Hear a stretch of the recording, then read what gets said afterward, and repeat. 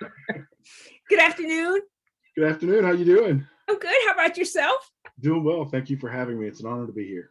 Absolutely. Thank you. Long time no see, and it's very good to see you again. So I'm looking forward to this conversation. So may Too. I ask you please to tell us your name? Yes, indeed. Adam Hall. Wonderful. And so, Adam, would you please tell us a little bit about yourself? Anything you feel comfortable sharing about yourself? Sure. My name's Adam Hall again. I grew up in Robeson County, Lumberton, North Carolina. I lived there and actually attended UNCP after I graduated from high school. I attended UNCP for about a year and a half, and then I transferred to UNCG, where I started working in education research as actually a graduate assistant, I think. It was actually no, an intern. Yeah, it was even before that. And started working in education research. I'm reared by educators. My mother has 41 years in education, and they actually moved to Lumberton. She wanted to teach at Knuckles Elementary, which is quite a famous elementary school in Robeson County. My father was also an educator for a few years before he became a contractor. And after I finished up with my master's, I moved to Newberry, South Carolina to be close to family, continued to work in education research. And now I've been doing it for over 22 years, which is hard to believe. And then I also have a farm and two sons and a wonderful wife. And I live close to my mother and my father on land that's been in my mother's family for a very long time. And so, yes, that's kind of the long and the short of it. We currently have research studies going on right now, funded by the National Science Foundation, working on equity, actually, and working to help girls of color gain access to the computer science fields. So this was a really great chance to chat with you and knowing your background and the path, the ways that you forged really in North Carolina with your career.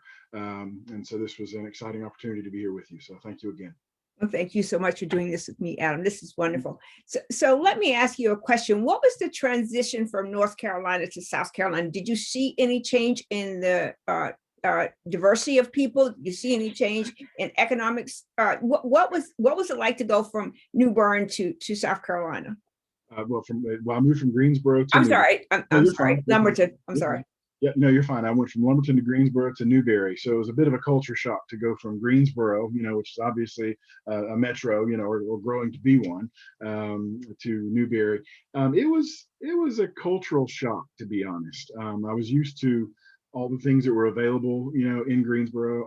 I almost studied at NCA&T for African American literature because that was my second passion. I wanted to be a writer. Had some amazing teachers, that got me into literature early, junior high, and it was quite a shock, honestly, to come here, and somewhat. It kind of cuts you off a little bit. We're in the middle of nowhere. I'm 8 miles from the nearest town right now as we speak, and I'm able to work from home, doing what I do, which is an amazing gift. But it was a bit off-putting, coming back to small town life, and seeing the inequities that exist in small towns in the South.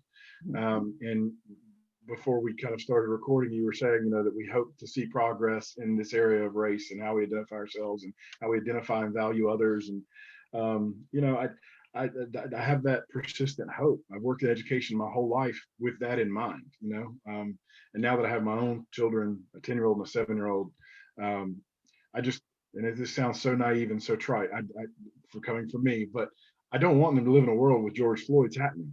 I mean, I just don't, because those tables can turn so fast. Absolutely. And to know that that could be my son, it's more than I can bear. Yeah. I think that one of the things that we as Black parents find ourselves struggling with is a conversation between reasonableness and paranoidness, if you will. So go out and have fun, live your life, have your experiences, but come home safe. And then, if you tell your children they have to be home by 11 o'clock and 12 o'clock comes and they're at home, instead of you thinking, the child's broken curfew or whatever it is, it's a fear that he or she may not be coming home to us simply because of the color of their skin. And I had one of these chats where I was talking to a white faculty member, and he said to me, when a blue light shows up in his rear window, he's not worried about going home safely. He's worried about how much this ticket is going to cost him. How much is this going to impact my financial life, not my well-being or my person. And I think that really what the society is saying to us, and I mean, what's really unfortunate about this is that we are still in a conversation that started many, many years ago, hundreds, maybe even thousands, if you go back to India or some of the other places, that these conversations have been going on for a long time about what's better than others. We need an inherent need to separate ourselves. So you being a white man means that you're at the top of the scale. And then you have your white woman. And then you have what you all have allowed in your society is Asians, right? So, specifically Asians from China, Japan, India, these kinds of Asians, in that they are considered smart.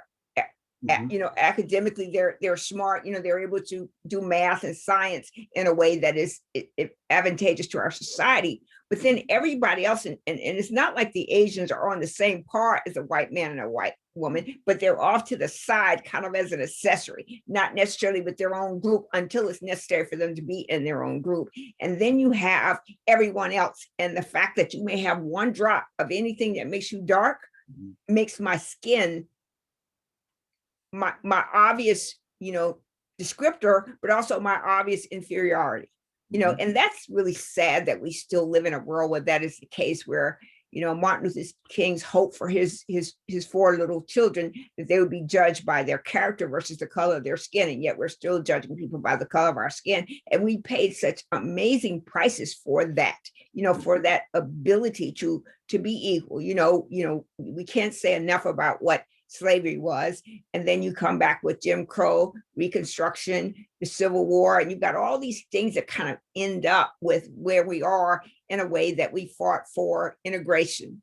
We fought for the right to vote. We fought for women's rights. We fight for healthcare. You have all of these things that are still such huge topics. I mean, they're not like you could pick anyone off to the side and go off and have a little committee just dissect it and come up with a solution. I mean, it's really massive for us to how to untangle ourselves from this web we've created that deals with physical and sexual constructs. What my gender is, what my sexual orientation is, what my religion is. That these things still exist in such powerful ways that we are still holding on to them. You're absolutely right. And sometimes I talk a lot to my kids. We talk a lot. I like for them to ask questions. I want them to ask the hard questions, and that drives some interesting, thinking in my end too. And my sons have asked me, why are we still in this situation? Because I got to be honest. If someone had told me that we would be seeing what just happened at the Capitol at this date, if they told me that 30 years ago, I would have laughed at them. I never would have believed that. I thought we were moving faster forward than that, and so when we talk about it with our kids, it's stunning to me, because I don't think I can chalk it up to is that there is a lack of development to some extent. And I'll take it for what it is among the white community, in terms of being able to have honest discussions, in terms of being able to understand and accept that our worlds are built on the shoulders of others, and there's a real juvenile quality to it, not being willing to accept, discuss, or work towards something better. It's a real recalcitrance to move forward. And I don't know, we kind of wind up, we're on a farm, we're in the middle of nowhere, and so we're a little cut off, except for the work that we do. And my wife and I have a frequent conversation if that's by choice, to kind of remove ourselves from that sort of thinking. I can't answer that. Maybe it is, unconsciously, but you're absolutely right. I don't know what else to say. But it feels like a lack of maturity on our part as a nation, really, to be able to move forward with this. And I feel like we're taking steps backward now. I do, and that troubles me greatly. But we must. While you're out in the outskirts of your town, you still need to bring those ideas into town. You've got somewhere to bring those ideas to your community. And, even for you, I wonder about your safety when you're bringing such radical ideas to people who do not want those radical ideas. And in plain blank terms, we have diversity issues and race issues and gender issues and all, because we want them, because, no matter how much money we throw at this problem, if we're not really taking steps to do something. So when you go to hire somebody to work on your study or do research with you, are you looking at the broader population? And I am not a fan of hiring people because of their skin color. I'm not, whether that's black, brown, orange, purple, whatever color. I'm not a fan of that. I believe that diversity has four components. So your actions. So how do you act? So when you walk through your community, when you walk through the grocery store, when you're out and about, do you hold the door and do you look back and see if the person you're holding the door for is black or white or orange or purple, whatever color they are, and then you let the door go if that person is not like you. Those kinds of actions, right? And then the ideas that we have in our minds. So whatever made us go to the Capitol, on January 6th, those kind of ideas that we get in our head, like QAnon and all these other things that are out there, how do we come up with those kinds of thoughts? Is it just another way to separate and divide people and make one group better than the other? And it's unfortunate that we feel so bad about ourselves that we need to put others down, that it makes us feel better when I can say I'm better than you, I'm smarter than you, I have this, you don't have that. Well, okay, and then what? Because I think I'm sure you remember the philosopher that said that when they came for me, there was no one left because I didn't do anything when they came for the others. I mean, this is what mentality we should be practicing. And I will add my little piece to this. It's like technology is going to disrupt the poor in ways that it never had before. Before, who had a computer, who had the nicest computer, who had the nicest smartphone. Many of us have the Internet of Things. We got the smart doorbell camera. We got a refrigerator that will tell us how many eggs we have. We have all of these smart technologies. And what we don't understand is we're literally selling our soul to technology. And that's getting that soul back. It's going to be almost impossible as we continue to grow, because unless we stop using our social security numbers, unless we understand the value of biometrics, or our eyes, our fingers, whatever that is, we need to understand that the people that are at the margins, and this is not about race now, this is not about gender or religion, but the people that are at the bottom of the economic spectrum are going to be left out. And that's going to cause a change in our society as a whole, because we'll have more crime, right? Because when people are hungry, they're going to do anything to eat. When people don't have money, they're going to do anything to get it. The downside of that is the caveat that fintech, financial technology, is going to take away what we know as money. So money, paper money, dollar money, credit cards and debit cards will all go away, because that information will live inside our bodies now. So it'll be attached to our fingers, like I don't know if you have any dogs or something like that, but you might put a chip in your dog, a microchip. That's going to be embedded in your thing. So the criminals are now going to have to cut off your hand, dig out your eye, or whatever thing they can get to get that. And then so we get into this world where we are trading body parts for the same capital that we are fighting over today. And so I think that it's inherent upon all people to stop looking at the things that are physical and look at the things that we can do something about, like changing the economic status of people, educating people in a way that they are valuable. And I want to talk about that in just a minute, because I think that one of the things that really we as people of color, and I hate that word, I'm Black, I'm not a person of color. I think one of the things that my people are penalized most in education, in that we're expelled from the class. We don't behave like all the rest of the kids, and no one understands why, right? So if you got Johnny and Noah in your class, and so Noah's sitting over there drawing on his paper, he's making, doodles and airplanes and all that stuff, and Johnny can't sit still in his seat, he's got to move. And so our answer to that is to send Johnny out of the class, because he's disrupting the class for classroom management or whatever it is. So we've got to control that environment. So that's another flaw that's attached to us. And then when we're poor, not regardless of what color we are now, when we're poor, we're now even more susceptible to that, because maybe we don't have food, right? So I may not have a decent meal. So how can I learn if I don't eat? I may not have adequate clothes. So it's 10 degrees outside and I've got on a t-shirt and shorts because I don't have anything else, or whatever it is, the economic stratosphere of how we see ourselves in the marketplace.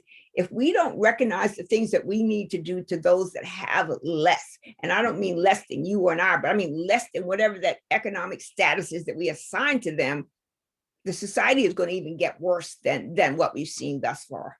Absolutely. And it's terrifying to me to think that when I don't know, to me at least, part of the conversation or part of the subtext regarding what happened in the Capitol on the 6th is part of our nation's psychology of scarcity to me. And I don't know how else to put it, but we're such a truly diverse land in terms of people, our technology solutions aren't reflecting that anymore. That's part of what we're doing with the project I mentioned earlier, is to try and give that, to get that access and help people see themselves in those roles.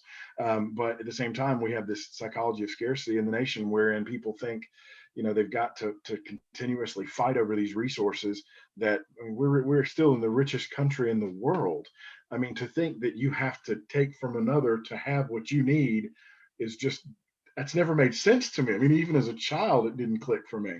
And I never understood that. And so I hear you and I agree, actually. It worries me too when you talk about, Maslow's basic needs. You're looking at those kids in the classroom. I think what we realize is that our education system isn't really set up for the kids. It's set up for the adults. It's not set up for the kids, and that's one reason I'm working in it. That's one reason I kind of do what we do, and I do serve on a board as well. There's a statewide program here in South Carolina called the Connections Academy. It's a virtual school, that's been a really interesting role to serve in as well, because I do see the hope to get that access to everybody, wherever they are. And it's been an interesting period for me as a professional, but no, I hear you. It's deeply disturbing where we are today. I don't know what else to say. And that sounds so weak compared to what we're seeing. And I have to admit, you said you worry about safety, folks out in the boonies, as we say, out in the sticks, who don't necessarily gel with everybody else. I think it's real. People can't converse anymore. We can't talk. It's interesting to be talking to you right now. About an hour ago, I finished up a session with I did some work at Harvard just as a postgraduate piece, and so it's given me the opportunity to attend webinars. And the webinar that I attended today was ethical artificial intelligence, ethical algorithms.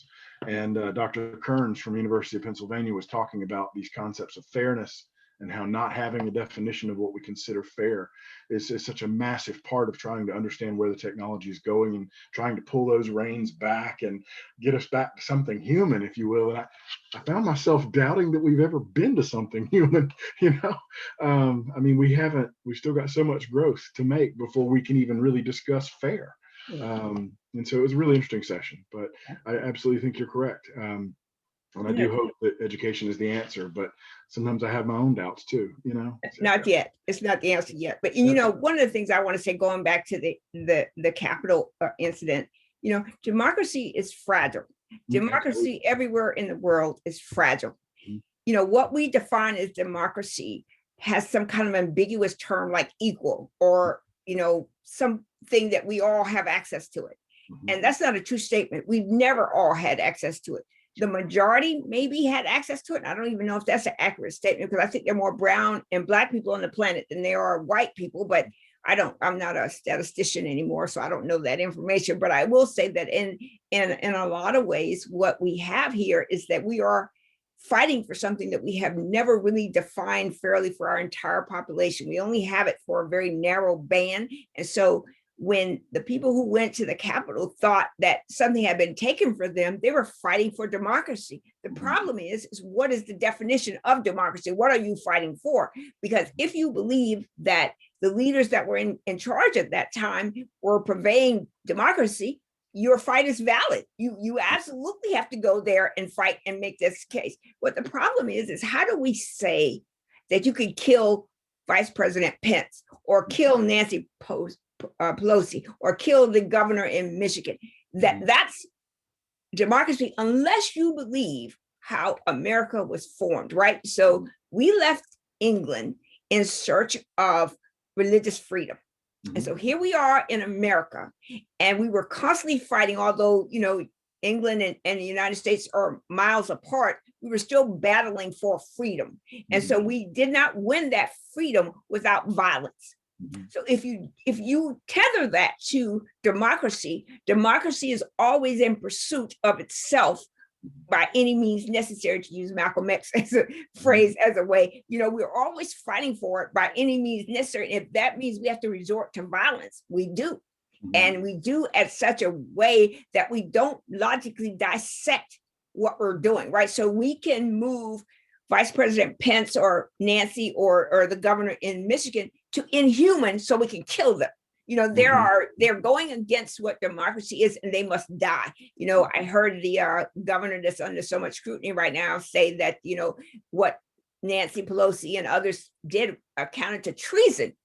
So again, holding on to that narrow definition of democracy, and going back to our early history of what America was, democracy came at the price of violence, whatever we had to do. So we severed our connection to what we thought were the people that were oppressing us. We severed our connection with what we knew there. We came here to make a new life.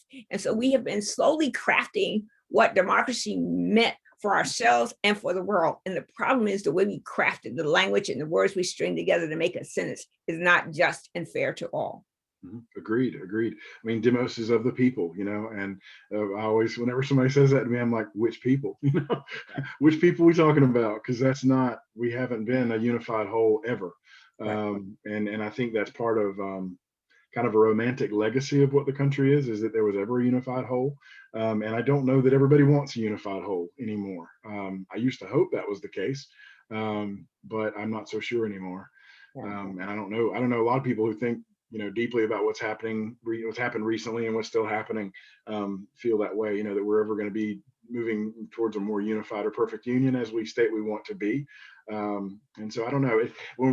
I was actually going back and watching some of your earlier videos too, just to kind of get an idea of, how I might fit into this amazing conversation that you've got going on.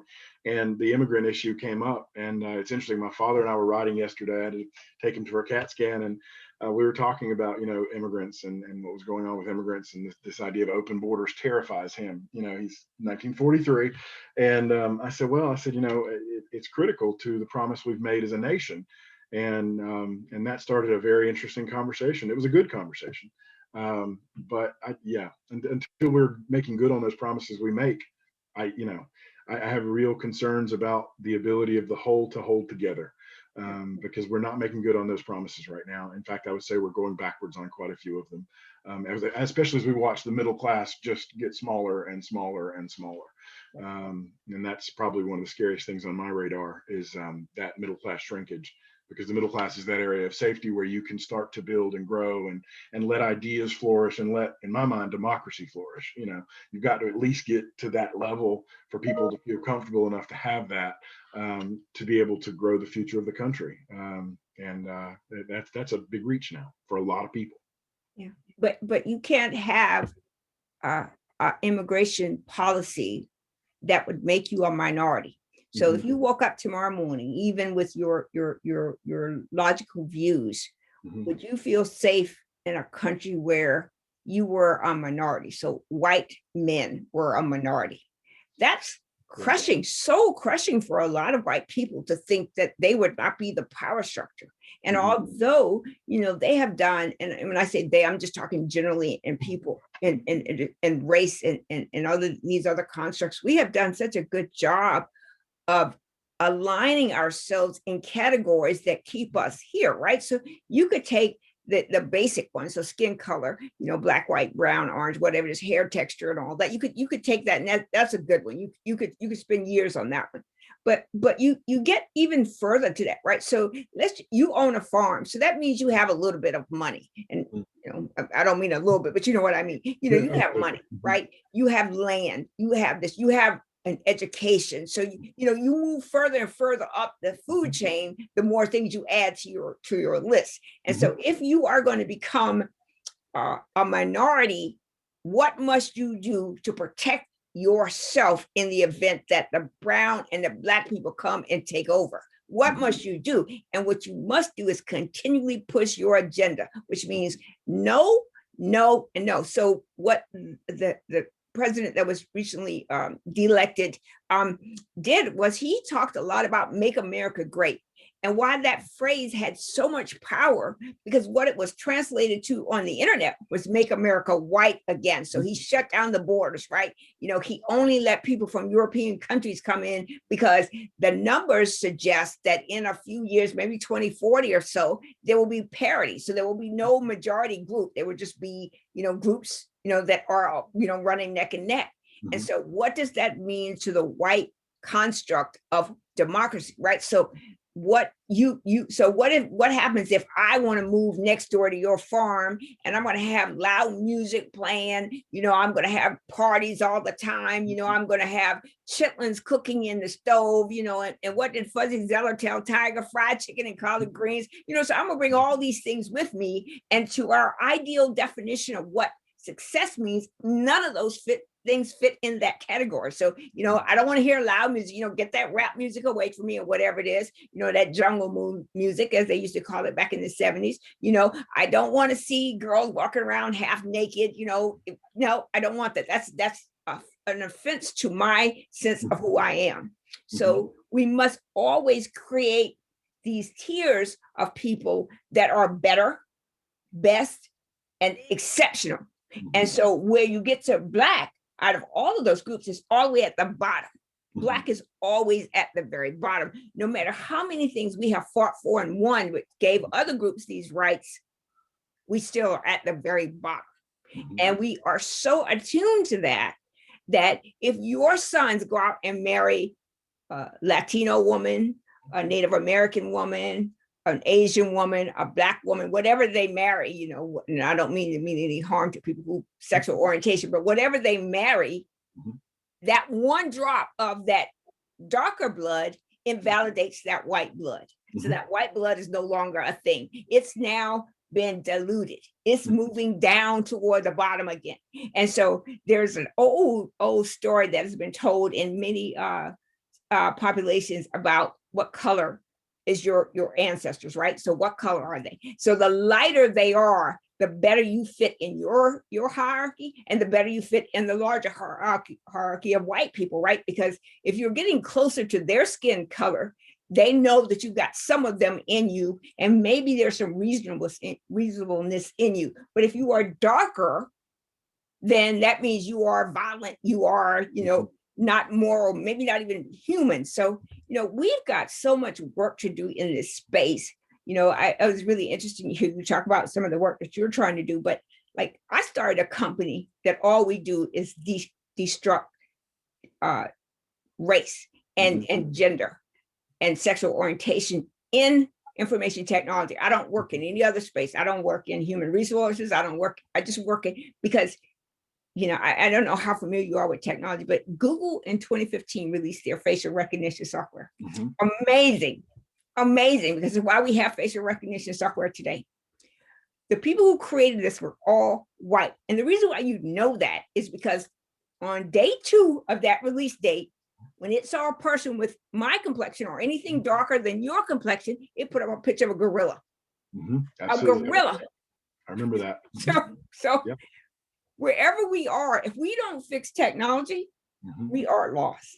And I mean, not just Black and brown, I mean, the entire society is lost, because, you can get rid of all of your subpopulations, if you will, those things you consider less, you can get rid of them. But eventually those machines that you create, they're going to find you a subpopulation as well, and they're going to get rid of you too. Absolutely. So you need that diversity of people and actions, ideas, thoughts, and persons, so you need all 4 of them to define diversity. You cannot define diversity by saying, we're going to hire Black and brown people. That's not diversity. That's just, lipstick on a pig, as my mama used to say. That's all that is. But what you need to do is you need to bring people who are going to challenge your thoughts. So if you wake up in the morning, you say, well, I'm going to go out and I'm going to start a cat farm. Somebody's going to say, well, what's the logic of that? What do you hope to accomplish with that? You need somebody to challenge your ideas and challenge your thought processes. And you only get that by doing different. And I'll say one last thing. I'm sorry, I'm rattling off here, but there's a movie called One Strange Rock. It's on Disney Plus. But it actually it's been out for a long time. I think it's started out on National Geographic, but I'm not 100% sure, but it started out there. And there's a line in the movie by one of the astronauts, and he says that life needs diversity, right? So you can't have, only salmon or only wild dogs or horses or whatever the thing is. You can't just have those. You need diversity, because the cycle is broken when that one thing, if you only have that one thing, dies, because there's nothing to regenerate it again. You need diversity of things, and when you look at how many species of things we have, and I always say the universe is the best answer to diversity because it is nothing more diverse than the universe. Like, so, magnolia trees, and I love magnolia trees. How many versions of magnolia trees are there? A lot, That's and right. you pick any tree, anything in nature, cats, dogs, Mhm. people. There are so many types of those things that have that one massive layer, but it kind of, digs down in there and you find out there are a gazillion kinds of Mhm. dogs and gazillion times of cats and, rabbits and whatever it is. There's so many. And why is that? Because nature needs diversity. It does Mhm. not survive without it. Sorry. No, no, I think no. Please continue. You're absolutely right. I completely agree. It's interesting that you mentioned that and use that kind of metaphor in talking about race because I'm actually a major advocate of that in my own land. It's been row crop for years before it ever came into our hands. Before I was ever able to work any of it. And one of the things that I've kind of tried to do, and people have looked at me very strangely for doing, is I do what's called a crazy pasture, and it's where I have over 170 different varieties that come up all the time because goats like a buffet. They don't like to eat one thing all the time. And so Right. that idea of diversity, but it's brought our land back. I mean, it's made the land healthy again. It's kept it from being depleted, broken up powder that won't grow anything. And the only way to get it back to something healthy was to add that diversity, that biodiversity. It was critical to bring our land back from the dead effectively. And I always use that as a metaphor for hoping where our society's going. I always hope, and I'm trying to push it that way, but it's a massive undertaking. And I think you're absolutely right. The session I was talking about earlier was just on just that issue of, artificial intelligence and how it reflects the biases that we have as humans, and how we better be very careful in what we do, because as those biases get built into these technologies and these technologies become stronger and stronger, you're absolutely right. You add in, bioinformatics where they're using fingerprints and, eyebrow, eye patterns and all that to really see and identify people. It's going to become very dangerous if we don't do a good job of controlling our biases and how they come to be manifested in those technologies. And so I completely agree. And you were talking too about how we kind of staff up. And I know you're going to be talking to Ryoko. I think you guys have some time set aside. I hope you do, because I think you'll love chatting with her. She's an amazing individual. But one of the reasons we work together well is because of the diversity of experiences. She's very urban. I grew up in the country. We have this almost yin and yang all the time of how we work together. And we're always looking for new opinions and new perspectives as we bring people into the fold, to work with us on these studies, because we don't know it all, and we won't pretend to ever. And we always want to improve the work and improve the world through our work. And so to do that, you have to have more voices. You can't sit in an echo chamber, and that's the scariest thing I have right now, because with this pandemic, I think it's forced a lot of people into echo chambers, and they're listening to their own echoes too much, and that's one thing I'll be glad to see go away as soon as possible, is those walls to be broken down at least as much as they can be, and let those conversations begin again. Yeah. Because you mentioned MAGA, and the Making America Great. And as soon as I heard that slogan the first time, I thought to my dad, who grew up in Abbeville, South Carolina. His family, the reason they had a farm was through the New Deal, very, very poor. And I think of the stories he told me about growing up poor in Abbeville, South Carolina. And I'm like, what again? What again are you talking about? We're getting better supposedly every day, but I don't know about this again business. It's hard to reconcile the noises that our society makes and the actions that it takes. And that's where I just kind of constantly find myself stuck in terms of thinking and trying to think deeper, or at least trying to find solutions or trying to aid with the solutions. They don't even have to come from me, but just we got to make some progress here, because the idea of my children growing up in a world that can do the kind of U-turn that my world did on January 6th, and by that I just mean all of us, it was deeply disturbing to me. It really was. And it was hard to explain to my sons why it was happening, because they had been to DC. And, we went to DC and we visited my business partner and her family, and a very diverse family, and we had a ball, and they were on the mall there, and they saw the Capitol. And then to see that happening on January 6th and trying to explain to my two little boys why that was happening, that was not an easy conversation. And it just made me know that we really were looking at an exceptional moment that we couldn't allow to stick, if you know what I mean. I do. But So I will say, like, what you described between your father and yourself, I mean, even your sons, like, so, we bring our experiences to our lives, right? So if we grew up poor, your scarcity thing, we grew up poor, we tend to, when we have a few dollars, get more than we need, right? So if the grocery store has 10 cans of tomatoes, we're going to get 20 because we may not have money to get them again. So that scarcity thing continually loops, right? So your father's experience was based on just like yours. He grew up in a home where there were some thoughts and ideas about things, and he was taught that. So once you get that in your head, and you can think about your sons in this way, once those thoughts that you impart to them becomes embedded in their brains, undoing that, it's like unwrapping a Christmas present with like one piece of wrapping paper every time. You can't do it. It takes forever to do it because it took you forever to get it there. So it's going to take you forever to get it out. So there's no, I mean, just whatever that is, just in general purposes, there's supposed to be difference between you and your father. It's supposed to be, because he grew up in a different time, things were different. And he's bringing to you his experiences. It doesn't make them wrong or it makes it right. He just brings you his experience. And from his lens, it makes perfectly good sense to him.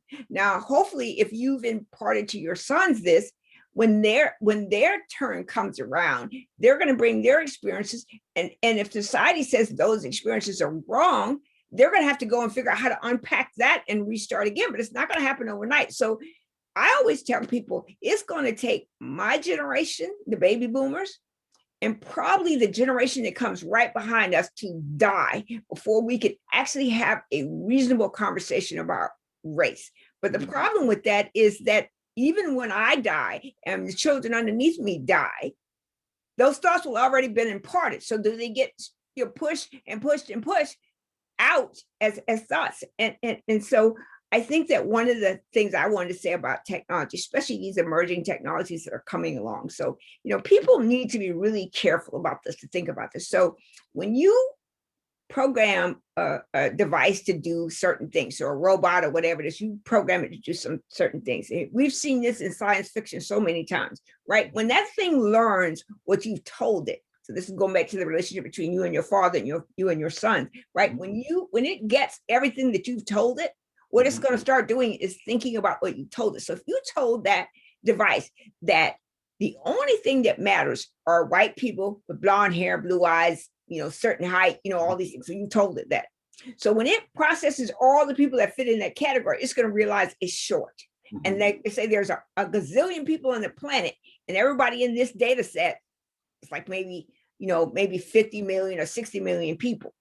And it's going to say, but yeah, there's a trillion people on the planet. What about that? And it's gonna, like people always talk and debate this all the time. Computers think, they think every single day. And when they run into a process they can't think through, they die. They have a problem. You see them, you go to your ATM machine, you can't get money out because it's broken, because the machine can't think for itself to process what you asked it to do. So yes, they learn. But when you taught them the only thing that matters is A, when it gets to Z, it's going to wonder why don't I see Z? And so you will then, that one thing you told it to matter will become vulnerable to that technology, because it'll say, well, why is it only you? There's only this many of you, and there's that many of this. And as it continues to learn, it's going to err toward the larger data set than the smaller data set. It wants to know, why can't I have access to this? And so when it goes, if it's okay, so I've eliminated all of the blonde hair, white people, this, that, and they go. So wait a minute, here goes another group of people. So we call them mulattoes or mixed race people. So let me get rid of all of them. And they keep going and it keeps going until it gets to the bottom.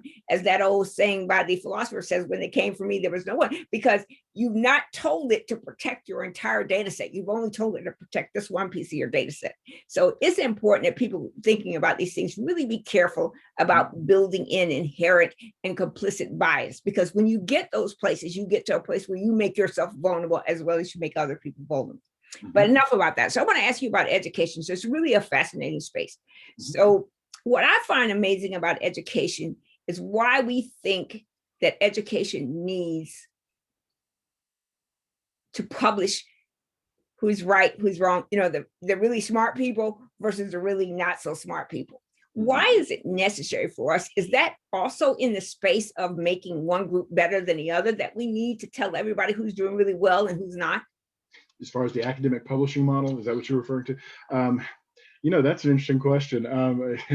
It is an interesting question because, I think some people would say tradition. Some people would say that it's set up to ensure that a scientific process is followed, so that you're putting things out there for other people to weigh in on, other experts and other people to weigh in on your ideas.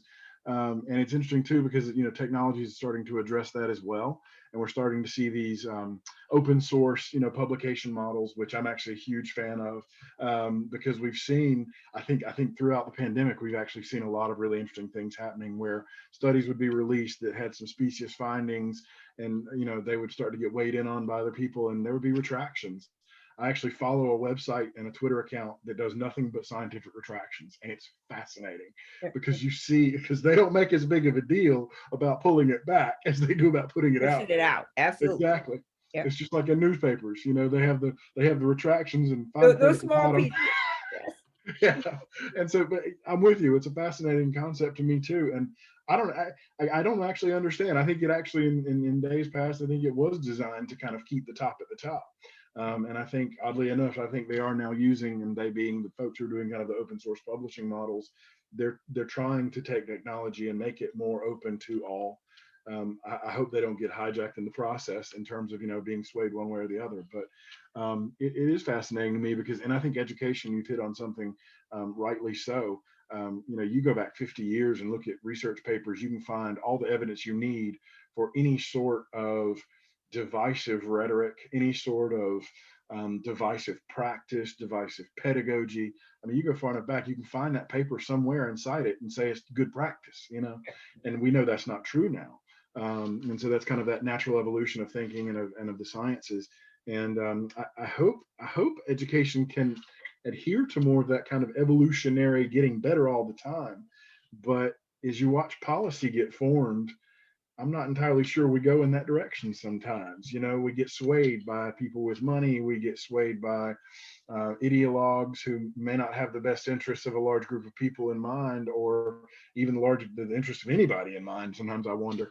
So it's a good question. I'm afraid I don't have a good answer for it, but I think it was a lot of the academic publishing models are set up to maintain the status quo. I mean, that's the bottom line. And that's one reason I actually like the open source publishing models a lot. So let me tell you something on there. So I want you to write this down if you can. All Things Open. It's a website, All Things Open, or ATO.com. So all they do is open source coding. So that's all they do. They have a conference every year. It's almost always had here in Raleigh, North Carolina. I'm almost always a guest speaker or a keynote speaker for it. But All Things Open, if you Google that, you'll see it's a conference. It's almost always in October. This last year, and I think maybe in 2019, I don't know, whatever it is, this year has been completely virtual. They even have meetups and other things. So they just did a spacewalk meetup just a couple of weeks ago. So I mean, there are a lot of things. So go look at that. You might find some really interesting people who are doing work in the education space on open source. So that's a good thing to go look at. And then the other thing I just want to suggest, I don't know if you've had a chance to read it. Have you read Cass yet? I have not, and it's so funny that you bring that up. You're the third person this week to tell me to read that book. It's in my Amazon cart right now, and I'm going to place an order. A couple of other books I got to get to. Weapons of Math Destruction. Yeah, and Automating Inequality. Yep, and I got to add those in my box, so in my cart, so I can get those sent in. So yeah, no, thank you for the recommendation. It's one thing I will tell you, Cass is hard to read, and the work that you're doing to do diversity in education and all that. When you read Cass, you'll understand why that's such a hard thing to do. It's 600 pages of data. I mean, it's just kind of inundating you because, we in America think about Cass as things happening over the waters, right? So that's over there. But in reality, racism is Cass.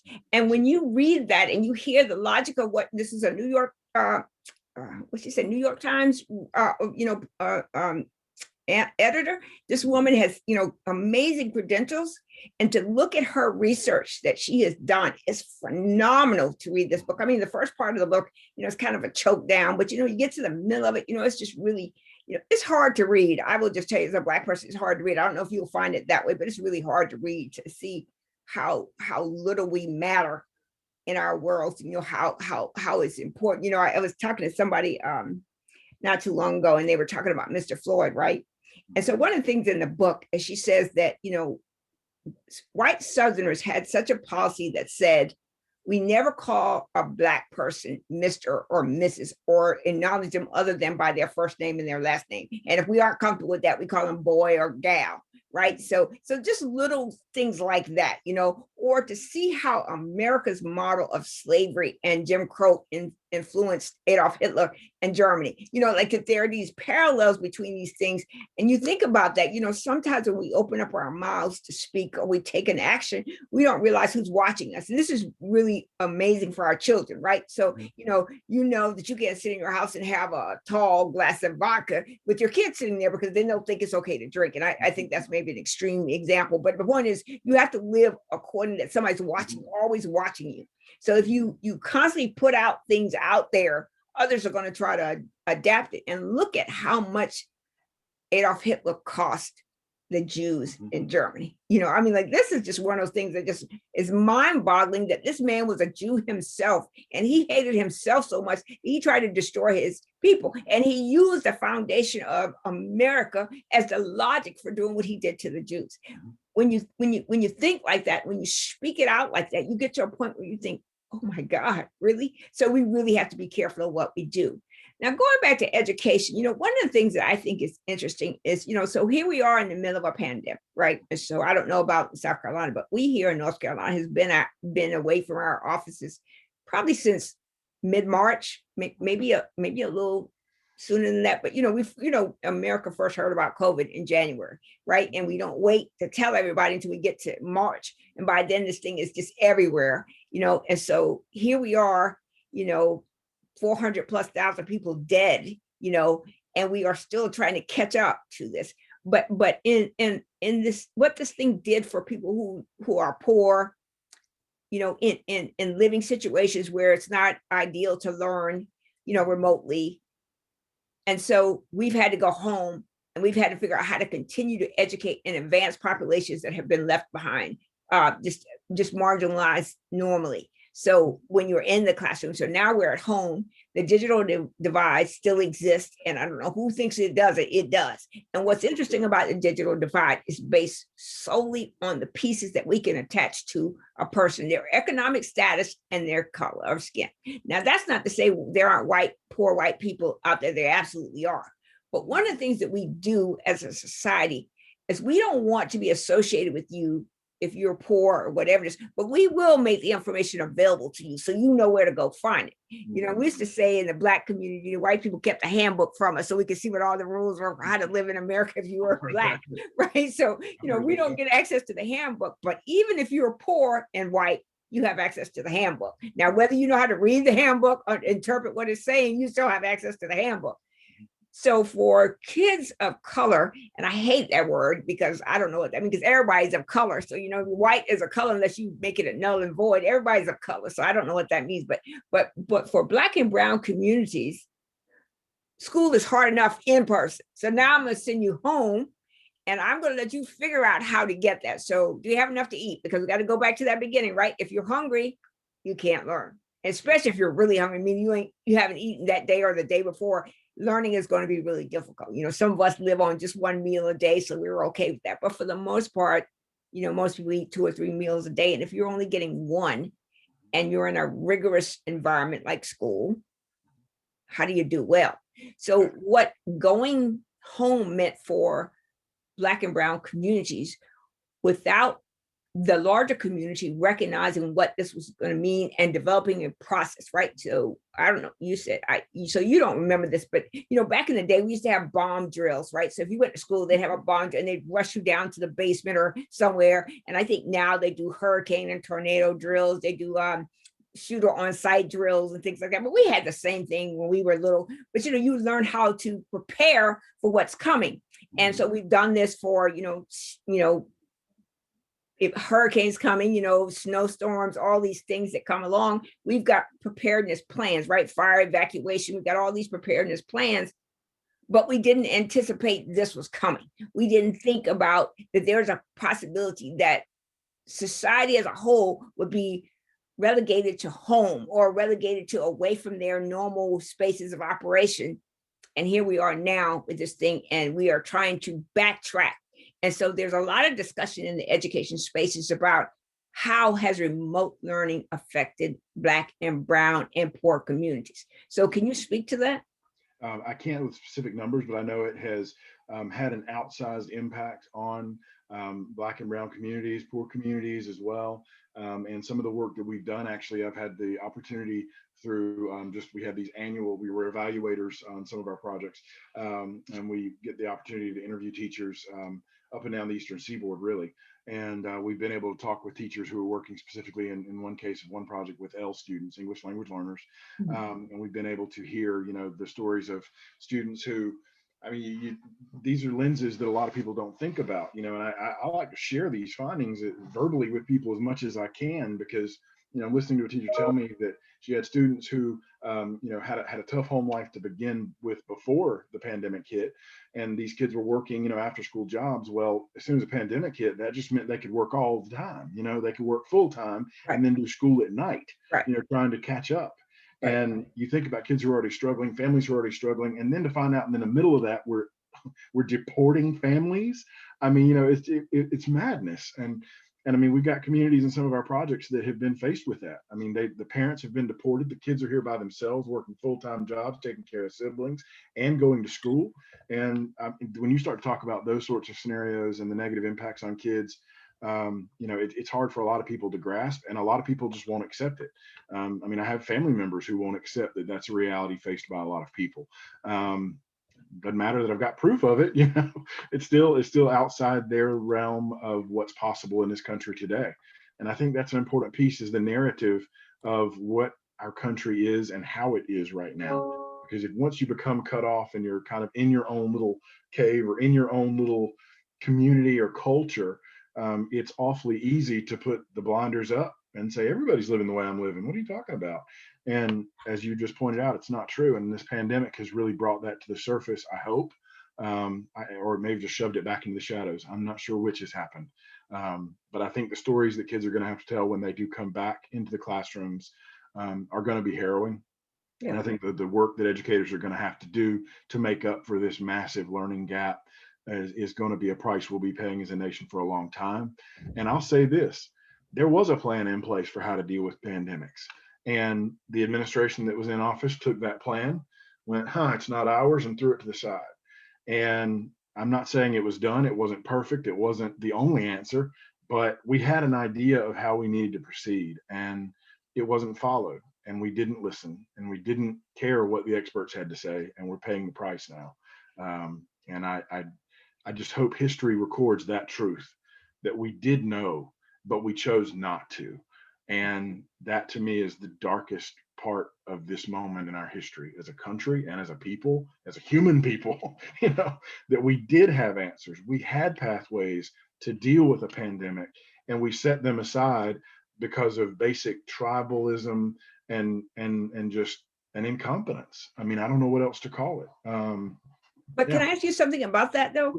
If you had a plan, and even with changing of administrations and legislators, what do you, I mean, like in that plan, did you have an idea how long it would take to bring communities, poor communities and Black and brown communities, up to speed for the advent of a pandemic or advent of a catastrophic loss?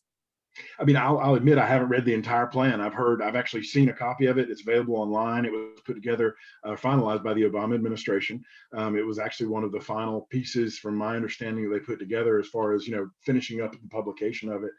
It was in the hands of the CDC. And of course, as with every other emergency our nation's ever had, the folks had warned and told folks when they were hearing out at the hearings, when they were putting these manuals together, they knew, of course, that it was going to impact Black, brown, and poor communities more than any others. And here we are still today. And so you have to wonder, was the information not heeded, ignored, or just tossed out the window? And I tend to think it was tossed out the window. And I can't imagine why. I mean, but in reality, though, the United States, and I don't know if this is true just to the United States, but our infrastructure is so poor. Like, we have rural communities who do not have internet, right? You are either living off a hotspot, and you know how much it costs to have a hotspot. I mean, like, if you're tethering it to your phone to this, I mean, you're running up massive amounts of data. I mean, like, so in order to even come with a plan, this plan would have had been thought about 20 years ago, because you need, so when Al Gore first talked to us about, the internet and, going to these things right here and all these things, and the internet is not new. The internet has been around since the, 40s. There were people who were working on this. It is only the military that adopted ARPANET that we got to where we are today. But, in reality, these things have been known forever, right? So even today, where I'm in Durham, North Carolina. It's a very, suburban, pretty affluent community for the most part. We have major universities in our area, so we make up the triangle, Raleigh, Durham, Chapel Hill. So you got these things, and we're not exactly a poor, but even within the constructs of where we are, we still have people who do not have reliable internet. We still have people that don't have access to technology. So the only way they get that is to go to a library. So how was the infrastructure thought to catch these communities up? Because, we have not done a good job of paving the superhighways into rural areas or to areas that don't have a massive amount of antennas and satellites. How do we get there? It's a good question. I mean, you're talking to someone that 3 years ago we had. I used to have to work through a hotspot, a little square red and black one from Verizon. Our bill was routinely $500 a month. I kid you not. And so finally AT&T brought in, some new technologies, UVerse, that we were able to finally tap into. But the number of communities in rural South Carolina, especially as you head towards the eastern part of the state, you're talking about Walterboro, Jasper County. I mean, you start to look in those areas, you're still talking massive areas with no access whatsoever. And I mean, I know because I drive to those areas that not even Wi-Fi internet, not Wi-Fi, but 3G, 4G, and 5G. I don't know they'll ever have them because the towers aren't close enough together. So I don't honestly know the answer to that question. And it affects us as well. We still have limited access. My wife's now having to work from home. She changed jobs during the pandemic, and we still can't get a second connection for her office. So we're using one of Verizon's and MiFi's, right now. And I mean, here we are, college educated landholders, and all the privileges that come with the color of our skin and everything else. And we still can't get more internet. And I can't even, I shudder to think what it looks like in rural Jasper County right now. I mean, I will tell you to put Ethernet in your house, especially as your children grow, because I have a gamer, and, he has his own. We don't even touch his network because we can't compete with that, because it just swallows up the whole damn house. Going, so okay, no, we can't do that. So we put Ethernet throughout our house to kind of do that, and then everybody has their own work area. So my son is way over there. My husband is downstairs and I'm upstairs. And so we kind of have our space because we didn't want to party on each other's network, because my husband is a third grade teacher. So he's got to be in class, for X number of hours. I've got to work. So I can't afford to have my internet going down. So I don't know if that's available, but if you do have UVerse, you could tap into that with Ethernet, so that might be something to consider.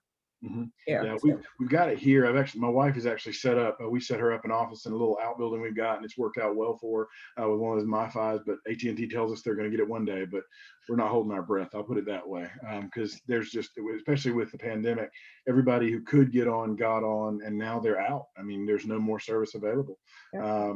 So I wish I had an answer to that question. I will say this, that it's being closed in some very interesting ways. You have a rural electric co-ops, which is something you're probably familiar with from growing up in Walterboro. Here in Newberry County, we have an electric co-op that's bringing fiber optic out to all the areas. But that too shines a light on the inequities inherent in our society.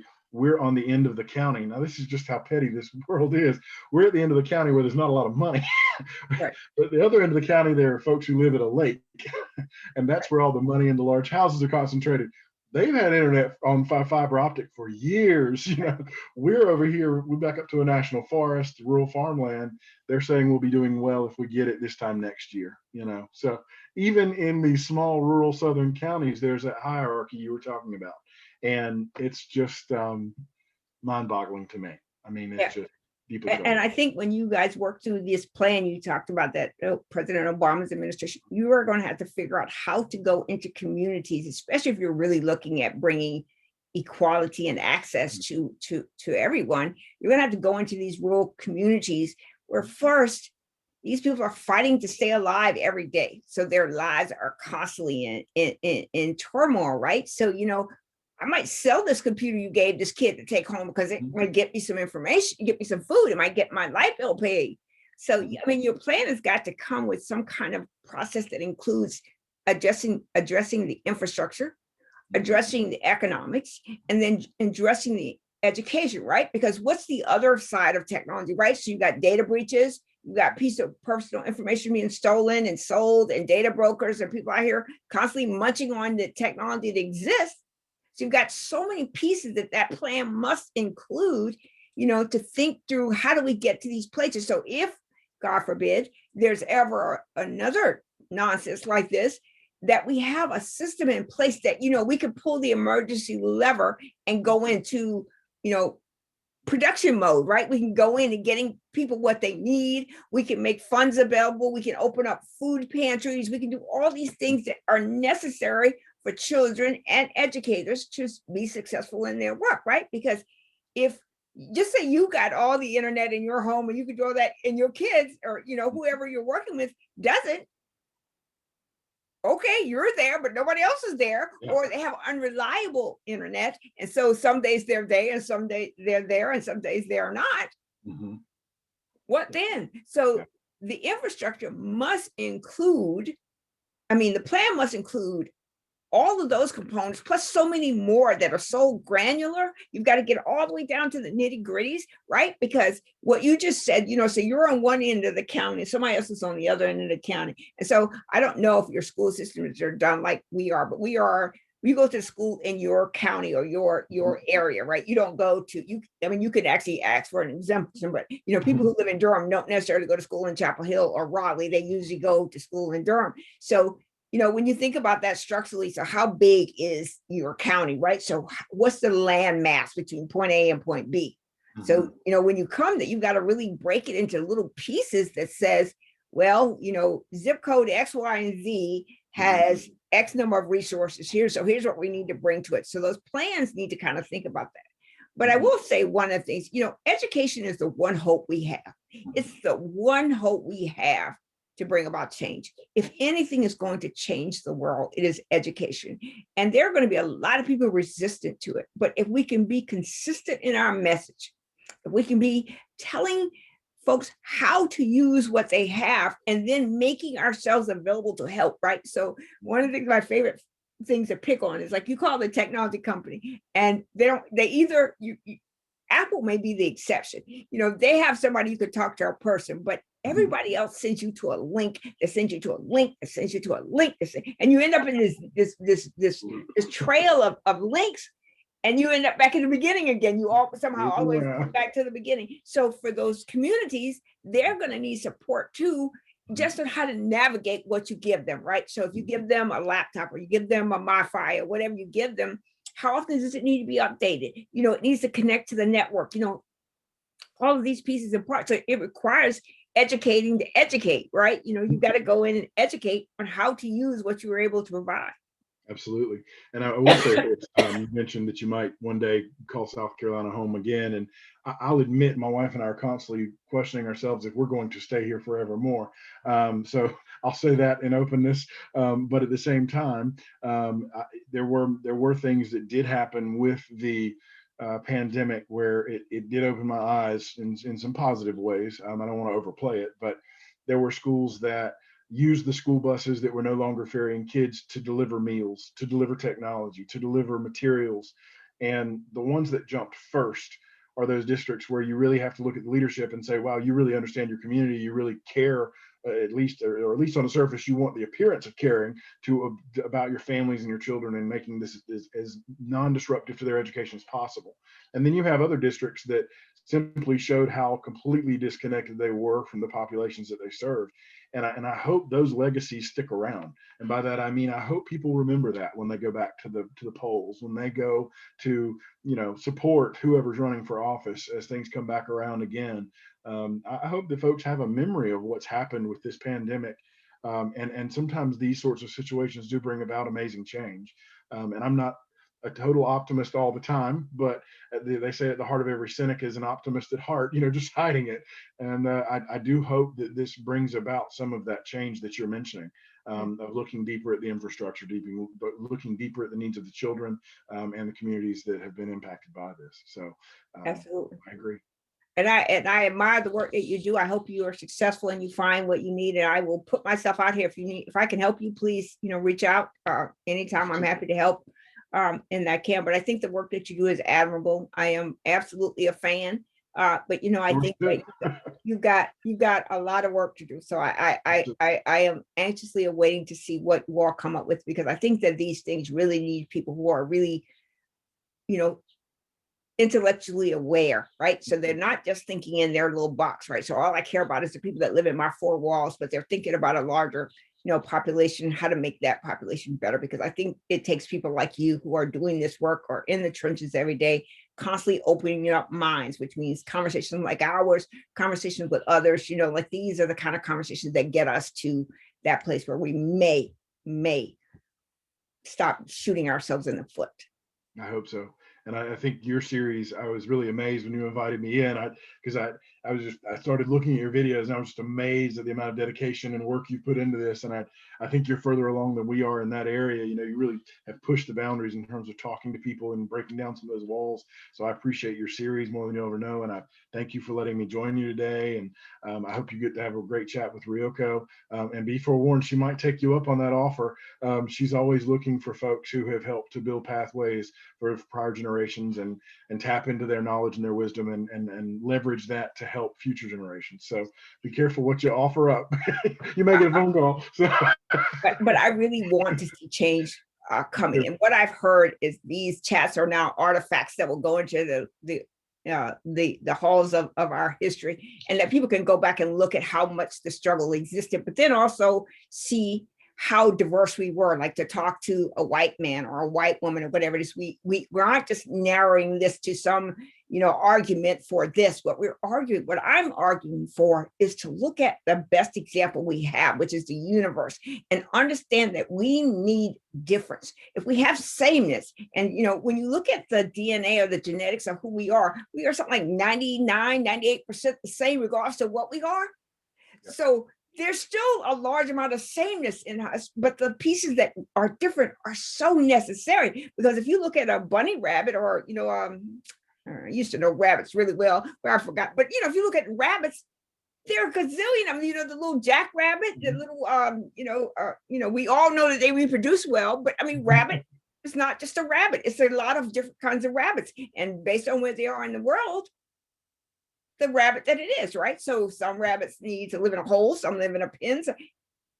So we must need diversity for some reason. If the universe is something we can't control, does it? Why not humans? Why not humans? So I hope you enjoyed your chat. I hope you will share it with others. And I'm always open to chatting with people. I love the diversity of ideas that we get in this space. I love the thing that people bring to the conversation. And, you probably know we do it across all spectrum. We just don't stay in education. We do it in law. We do it in technology. We do it everywhere we can, because it's so important that we have these voices and people share their stories, and that they're always knowing that they're there. I pay a awful price to have these things available 24 hours a day, 7 days a week, 365 days a year. So they're not going anywhere unless, somebody shoots me or something, God forbid. But, we never know. But they're always there. And I think that, people, I hope they take from these as they're intended.